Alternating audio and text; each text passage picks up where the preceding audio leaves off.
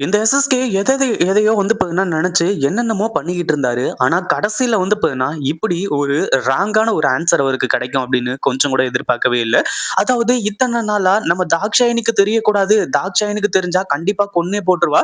அதையும் தாண்டி இந்த சொத்து எதுவுமே வந்து பார்த்தீங்கன்னா, நமக்கு நிலைக்காது அப்படின்ற மாரி எஸ்எஸ்கேவுக்கு நல்லாவே தெரியும். அந்த ஒரு காரணத்தினால தான் அடுத்தடுத்து வந்து பார்த்தீங்கன்னா, இவங்க என்னென்ன பண்ணணும்னு நெனச்சாங்களோ, அது எல்லாத்தையுமே இந்த எஸ்எஸ்கே சிறப்பா செஞ்சாரு. அதுவும் இல்லாம ரேவதி கூட வந்து பார்த்தீங்கன்னா, இந்த எஸ்எஸ்கே வந்து நம்மள ஏமாத்துறாங்க அப்படின்ற மாரி தெரியாம, கௌதம காட்டுறதுக்கு அவ்ளோ ஆர்வமா இருந்துட்டு இருந்தாங்க. ஆனா கடைசில இப்படி நடக்கும் அப்படின்னு சொல்லிட்டு, நம்ம ரேவதி கூட எதிர்பார்த்திருக்கவே மாட்டாங்க அப்படின்னு தான் சொல்லணும். இப்போ எஸ்எஸ்கேவும் நம்ம ரேவதியும் அந்த அ பூசாரி முன்னாடி வந்து நின்னு கேட்கறாங்க. இந்த மாரி தாலிய வச்சு பூஜை பண்ணிட்டீங்களா? இல்லையா? அப்படின்ற மாரி கேட்டு அங்க நின்னுட்டு மாலையும் வந்து பார்த்தீங்கன்னா மாத்திக்கிட்டு இருக்காங்க. உண்மையிலேயே இப்போ நம்ம எஸ்எஸ்கே வந்து பார்த்தீங்கன்னா, நம்ம ரேவதியோட கழுத்துல தாலிய கட்டுறது நல்லதா? கெட்டதா? அப்படின்னு கேட்டீங்கன்னா, ஒரு வகையில அது ரொம்ப ரொம்ப நல்லது. இன்னொரு வகையில அது ரொம்ப ரொம்ப கெட்டது அப்படின்னு தான் சொல்லணும். என்ன அப்படின்னு பார்த்தீங்கன்னா, இப்போ ரேவதி வந்து பார்த்தீங்கன்னா, அதாவது ரேவதியோட கழுத்துல எஸ்எஸ்கே தாலிய கட்டிட்டாரு அப்படின்னா, அதுக்கப்புறம் இந்த எஸ்எஸ்கேவோட உயிருக்கு வந்து பார்த்தீங்கன்னா, சீக்கிரமா அதாவது இன்னும் வந்து பலமாயிடும். அந்த உயிருக்கு எந்த ஒரு ஆபத்தும் வராம, அந்த மாரி வந்து நிகழ்ச்சிகள் நடக்கும். அதே மாதிரி இப்போ இந்த எஸ்எஸ்கே நம்ம ரேவதியோட கழுத்துல தாலிய கட்ட போறது கன்ஃபார்மா நடக்க போகுது. அதுல எந்த ஒரு சந்தேகமும் கிடையாது.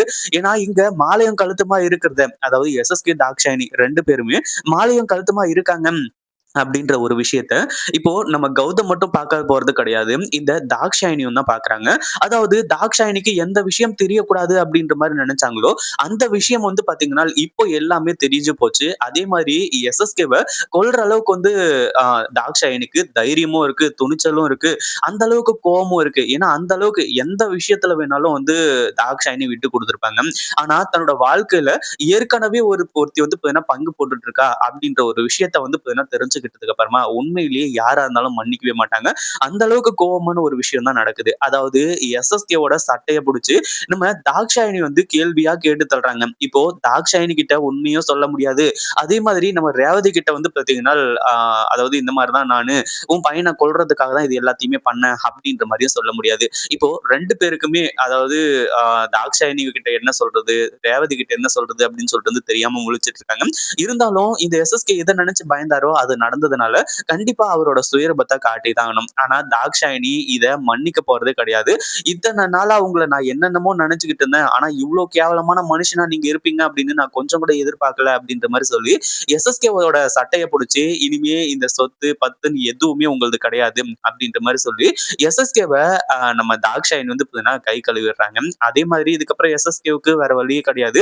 புது பொண்டாட்டி அதாவது ரேவதியோட கழுத்துல தாலிய கட்டி, அடுத்ததா இங்க வந்து பார்த்தீங்கன்னா, நம்ம கௌதம், ரேவதி, எஸ்எஸ்கே இவங்க எல்லாருமே ஒரு குடும்பமா வாழணும். அதுதான் வந்து இப்ப இருக்கக்கூடிய விஷயம்.